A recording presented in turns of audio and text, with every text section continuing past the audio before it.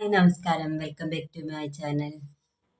അതുപോലെ ഒന്നാണ് നമ്മൾ മറ്റുള്ളവരിലേക്ക് ഫോക്കസ് കൊടുക്കുന്നത് ഒഴിവാക്കി നമ്മുടെ ഉള്ളിലേക്ക് നോക്കി നമ്മളെ ഒന്ന് ബൂസ്റ്റ് ചെയ്ത് നമുക്ക് എന്താണ് വേണ്ടതെന്നൊക്കെ കണ്ടെത്തി നമ്മളെ ഡെവലപ്പ് ചെയ്യാൻ വേണ്ടി ശ്രമിക്കണം. ഇത് നമ്മൾ എന്ത് ചെയ്യണം, നമ്മളിലേക്ക് നോക്കാതെ നമ്മളെ കുറിച്ച് മറ്റുള്ളവർ എന്ത് പറയുന്നു, മറ്റുള്ളവർ എന്ത് വിചാരിക്കുന്നു, ഞാൻ അത് ചെയ്താൽ മറ്റുള്ളവർ എന്നെക്കുറിച്ച് വിചാരിക്കുമെന്നുള്ള അനാവശ്യ ചിന്തകൾ കൊണ്ട് നടക്കുകയും നമ്മൾ എന്തെങ്കിലും കാര്യത്തിൽ ഇറങ്ങുമ്പോൾ മറ്റുള്ളവരെന്ത് വിചാരിക്കുമെന്നുള്ള ആ ഒരു മെൻറ്റാലിറ്റിയിലൂടെ നമ്മൾ ഒരു കാര്യം ചെയ്യാതിരിക്കും.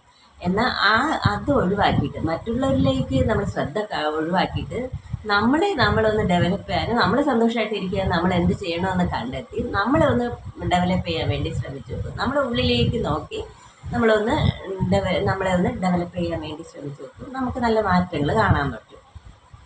കൂടുതൽ പേർക്കും ഈ പഴയ ഓർമ്മകളായിരിക്കും കൂടുതൽ വരണത്. നമ്മൾ പണ്ട് കാലങ്ങളിലൊക്കെ മുമ്പൊക്കെ നമ്മുടെ ജീവിതത്തിൽ കഴിഞ്ഞു പോയിട്ടുള്ള കാര്യങ്ങൾ അത് ഇനി ഒരിക്കലും തിരിച്ചു വരില്ല. അതിൽ കഴിഞ്ഞു പോയിട്ടുള്ള ഒരുപാട് നല്ല മൊമെൻറ്റുകളുണ്ട്. പക്ഷെ നമ്മുടെ മനസ്സ് എന്ത് ചെയ്യില്ല, ആ നല്ല കാര്യങ്ങളൊന്നും നമ്മൾ ശ്രദ്ധയിൽ കൊടുക്കില്ല. നമ്മൾ ജീവിതത്തിൽ സംഭവിച്ചിട്ടുള്ള മോശം കാര്യങ്ങളെല്ലാം ഓർത്ത് നല്ല രീതിയിൽ എടുത്തു വെച്ചിട്ടുണ്ടായിരിക്കും.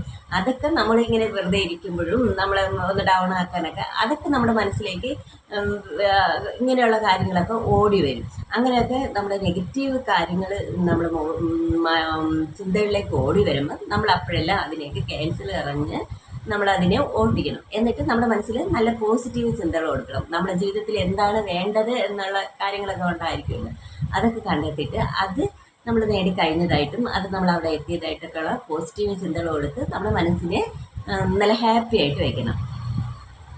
ചിലപ്പോൾ നമ്മൾ പറയും നമ്മളെ പോസിറ്റീവായിട്ട് ഇരിക്കാൻ മറ്റുള്ളവർ നമ്മളെ സമ്മതിക്കുന്നില്ല, അവരുടെ നെഗറ്റീവ് വാക്കുകൾ കേട്ട് നമ്മൾ എപ്പോഴും ഡൗൺ ആയി പോകണം എന്നൊക്കെയുള്ളൊരു തോന്നൽ വരില്ലേ. നമുക്ക് ഇനിയിപ്പം ആരെങ്കിലും ചെന്ന് മാറ്റാൻ കഴിയുമോ? നമ്മുടെ ലോകത്ത് നമുക്ക് മാറ്റാൻ കഴിയുന്ന ഒരാളാണ് നമ്മളെ തന്നെയാണ് നമുക്ക് മാറ്റാൻ കഴിയുള്ളൂ. അല്ലാതെ വേറൊരാളുടെ സ്വഭാവം മാറ്റണമെങ്കിൽ അത് ആര് വിചാരിക്കണം? അത് അവർ വിചാരിച്ചാൽ മാത്രമേ പറ്റത്തുള്ളൂ. അപ്പോൾ എന്ത് ചെയ്യണം, അത് അവരുടെ സ്വഭാവമാണ്, അവരുടെ നേച്ചറാണ്, അവർ അങ്ങനെയാണ് എന്നുള്ള രീതിയിൽ അവർ ആ രീതിയിൽ തന്നെ അക്സെപ്റ്റ് ചെയ്യുക.